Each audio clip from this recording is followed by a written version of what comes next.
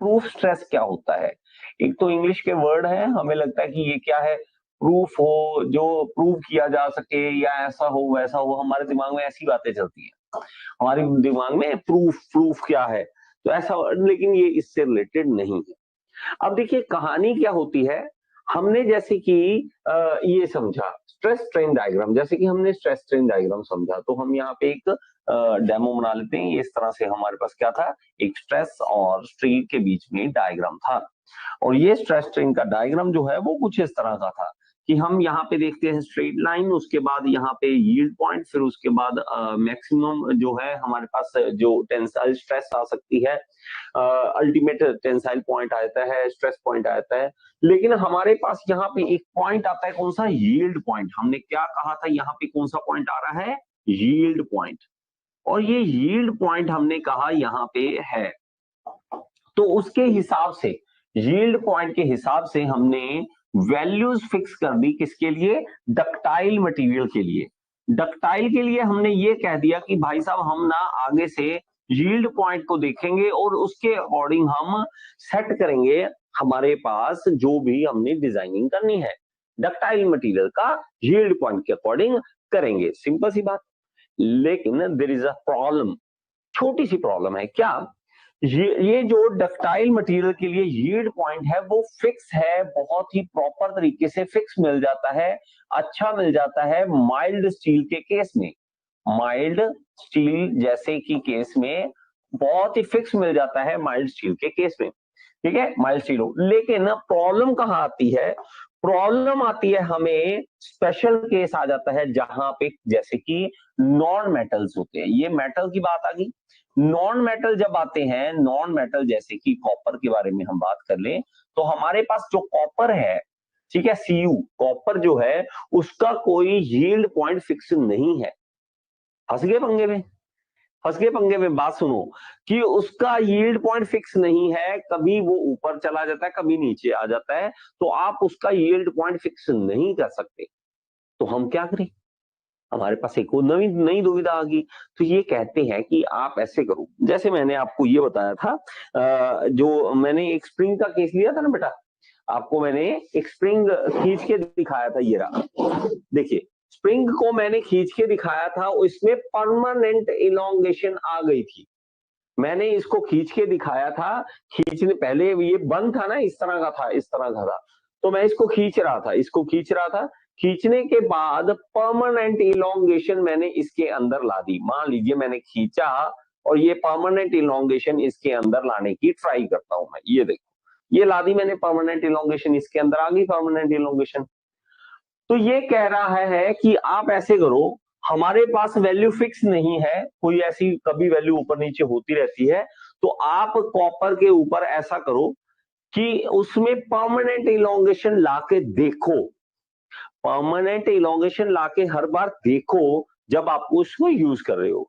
और अगर उसमें 0.1% आप उसमें, मान लीजिए एक होता है बेटा गेज लेंथ, देखिए सुनिए, एक बात सुनिए, क्या होता है गेज लेंथ। अब गेज लेंथ क्या होता है उसको सुन लीजिए। गेज लेंथ, मेरे बच्चे, हम जब टेंसाइल टेस्ट करते हैं या कंप्रेसिव टेस्ट करते हैं, तो हम यूटीएम मशीन का इस्तेमाल करते हैं, जो कि हमारे पास यहाँ पे है। ये आपको यूनिवर्सल टेस्टिंग मशीन आपने देखी जरूर होगी। तो ये हमारे पास वर्क पीस होता है जिसके ऊपर हमने टेस्टिंग करनी होती है। ये यहां से लेके यहां तक की जो लेंथ होती है, इसको हम गेज लेंथ बोल देते हैं। जैसे यहाँ पे मैंने दिखा रखा है बेटा, यहाँ पे देखना, इस चीज को ध्यान से देखना। तो ये हमने गेज लेंथ दिखा रखा है कि यहां से ये लेंथ जो है, ये गेज लेंथ हम मान लेते हैं कि ये गेज लेंथ है, ठीक है, या यहां से ये यहां तक, तो इसको हम गेज लेंथ मान लेते हैं, ये गेज लेंथ है।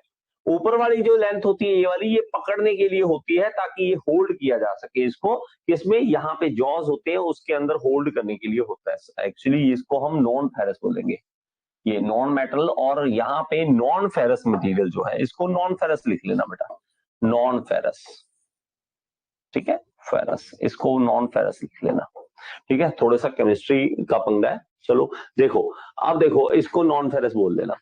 तो हमारे पास जैसे कॉपर है, हमें इसको एक बार हम इसको टेंशन नहीं लेते, एक बार इसको ये नॉन मेटल की जगह हम नॉन फेरस बोल देते हैं एक बार, ठीक है। इसको आप समझ लेना, इससे समझ आ जाएगा। देखो अब देखो, गेज लेंथ जो है हमारे पास, उसका गेज लेंथ का सिर्फ 0.1% अगर इलोंगेशन आ जाए, किसका 1.1% गेज लेंथ का, गेज लेंथ का 0.1% इलोंगेशन आ जाए, कौन सा, परमानेंट इलोंगेशन, परमानेंट इलोंगेशन, अगर परमानेंट इलोंगेशन आ जाए, ठीक है, तो हमारे पास उसको क्या कहेंगे हम, कि वो उसके यील्ड पॉइंट से ऊपर आ चुका है।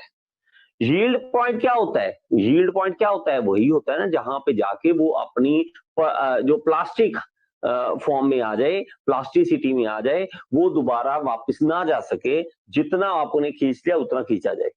0.1% भी अगर खींच ले हम, हल्का सा खींच के देखें कि वापस गया, ये तो ठीक है, इलास्टिक लिमिट है। जैसे ही हमने खींचा और उसमें 0.1% की भी इलोंगेशन आ गई, इससे ज्यादा भी आ सकती है, लेकिन 0.1% भी आ गई, तो उसको हम क्या कहेंगे, प्रूफ स्ट्रेस, प्रूफ स्ट्रेस बोलेंगे। बात समझ आ गई बेटा।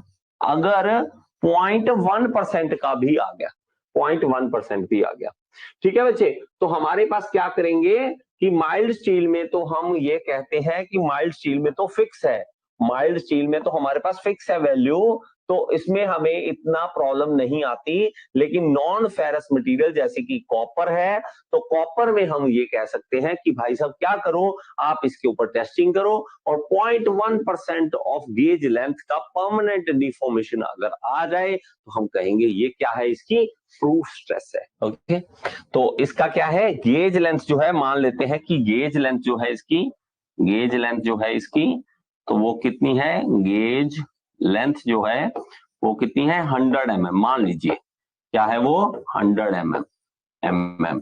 तो हम क्या करेंगे, प्रूफ स्ट्रेस कैसे निकालेंगे, प्रूफ स्ट्रेस निकालेंगे, प्रूफ स्ट्रेस निकालेंगे कैसे, 0.1%, 0.1% ऑफ गेज लेंथ,